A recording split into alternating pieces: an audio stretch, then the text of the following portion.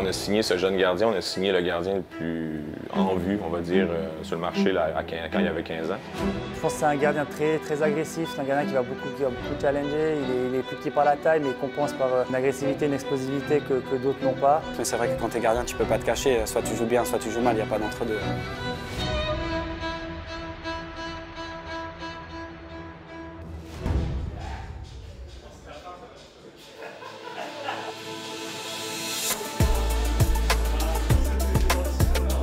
Il est souvent seul, je veux dire.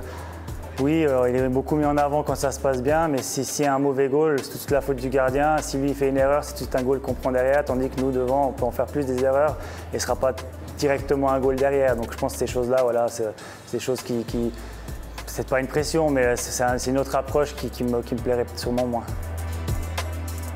La grande majorité, ils sont spéciaux. C'est-à-dire, il y en a qui sont dans l'extrême, très présents, avec des tics, avec des tocs, avec des façons d'être particulières.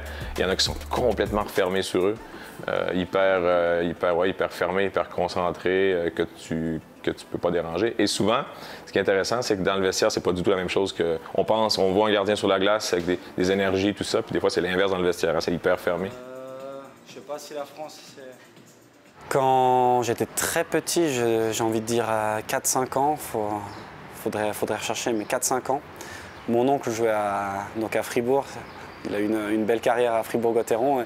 Il jouait contre les ZSC Lions et il y avait un fameux Harry Solander au but qui avait une jambière bleue, une jambière rouge. Et j'ai complètement craqué sur l'équipement de gardien et je suis rentré à la maison. J'ai dit à mon papa, sans même savoir que lui avait été gardien aussi, je lui ai dit « Papa, moi je suis gardien, sinon j'arrête le hockey ». Puis comme je savais que le hockey c'était important dans la famille, j'ai vite eu ma première mitaine et j'ai pu commencer à être gardien. Pas de déception, ça a toujours été comme ça. J'ai toujours eu beaucoup de plaisir à avoir un rôle de tank, comme on dit dans les jeux vidéo. Disons un rôle de sacrifice, mais c'est vrai que quand tu es gardien, tu peux pas te cacher. Soit tu joues bien, soit tu joues mal, il n'y a pas d'entre-deux. Quand on a signé ce jeune gardien, on a signé le gardien le plus en vue, on va dire, sur le marché là, quand il avait 15 ans. Par contre, il y avait des doutes tout de suite assez simples, la taille, comme c'est le cas toujours dans le monde entier. Et puis, vite après une année ou deux, on s'est tout de suite rendu compte que c'était un gardien spécial, ça on l'a su.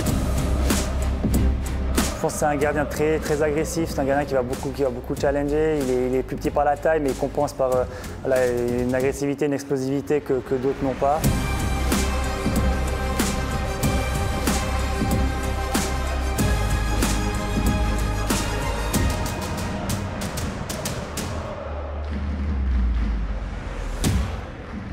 Oui, il y a Gauthier Desclous là, qui est au sol et qui semble être touché. Deux choses dans cette blessure qui ont été complètement contradictoires parce que dans un premier lieu, ça allait tellement bien cette saison, ces playoffs, des playoffs qui étaient particuliers pour moi contre Fribourg, qui est l'équipe que j'ai grandi en regardant, et Genève qui est maintenant mon club de cœur, la ville, ma ville en soi. Ça fait mal au cœur. Il sort sous les applaudissements des deux équipes. Gauthier Desclous en larmes. Ça m'a vraiment fait mal au cœur de me blesser et de ne pas pouvoir finir cette série. Mais en même temps, j'ai décidé de me concentrer sur tout le positif qu'il y a eu cette saison, sur à quel point j'étais chanceux de jouer si bien que ça, d'avoir un contrat de 5 ans, que le club me fasse confiance, d'avoir justement eu ses coéquipiers fantastiques. Et par la suite, il y a Monza qui est rentré, et Monza qui m'a supporté un petit peu quand même, toute la saison, qui a été avec moi, on a eu des discussions hockey, des discussions mentales. Et puis ensuite, il a été en play-off spectaculaire. Et ça m'a fait tellement plaisir que j'ai oublié que j'étais blessé. Je pense que tous mes coéquipiers ont été très supportifs après la blessure. Ils savent la frustration, ils savent... On en vit tous des blessures un jour ou l'autre dans le hockey. Et à Genève, on a toujours, la plus grande force de Genève, ça a toujours été le vestiaire. Depuis que je suis arrivé, je m'en suis rendu compte.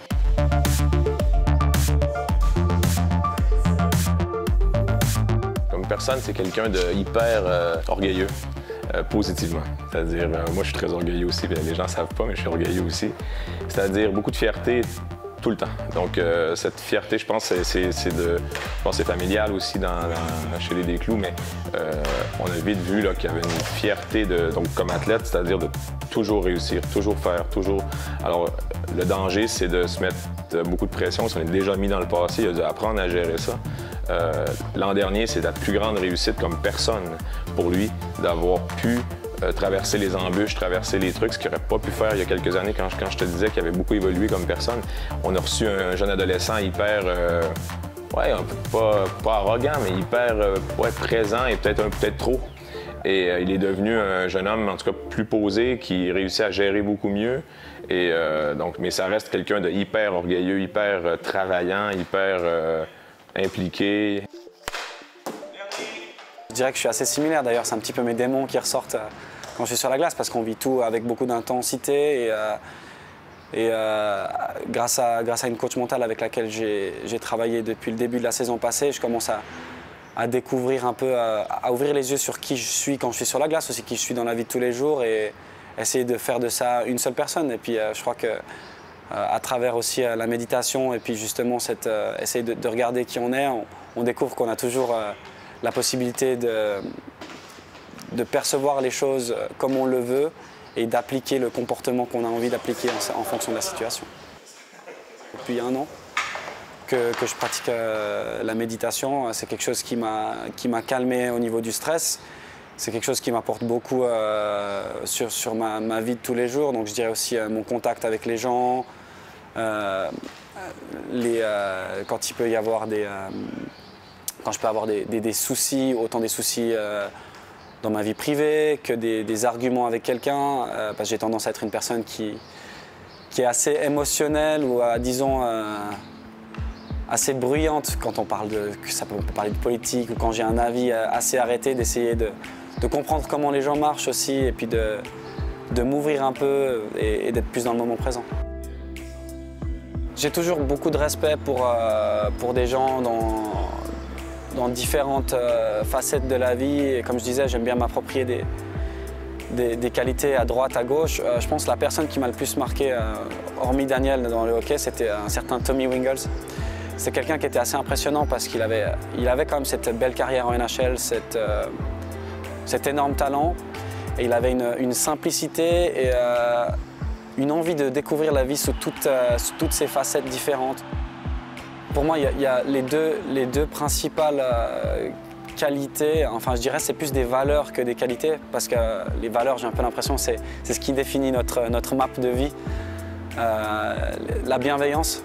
La bienveillance est une qualité que j'aime beaucoup et qui est sous-estimée à mon goût, c'est de savoir pardonner et d'avancer dans la vie. C'est quelque chose que je fais presque un peu chrétien comme ça, alors que je ne suis pas du tout pratiquant. Mais c'est quelque chose de tellement fort de savoir dire c'est pas grave, on avance. Et puis l'important c'est qu'on s'apprécie, on s'aime et on va dans la même direction. Et tu as fait une erreur, tu as fait quoi que ce soit. Je ne vais pas juger la personne que tu es pour ce que tu as fait. Je suis assez dur avec moi-même et des fois j'ai de la peine à vivre l'échec ou le fait de faire mal à quelqu'un par inadvertance ou d'oublier quelque chose. Et c'est quelque chose que j'aimerais bien ajouter à moi-même. Après, je ne sais pas si je serai la même personne, mais j'aimerais bien être plus relax avec moi-même de temps en temps. Seb, on équipe Jeff après? Oui. Si on parle de rêve et qu'on va vraiment dans la notion complètement abstraite, j'aimerais bien un jour jouer en NHL, pourquoi pas. Qu'on me donne une chance et de montrer que je suis capable, parce que je pense que je suis capable. Je ne sais pas si la chance elle arrivera un jour. Super, encore 2.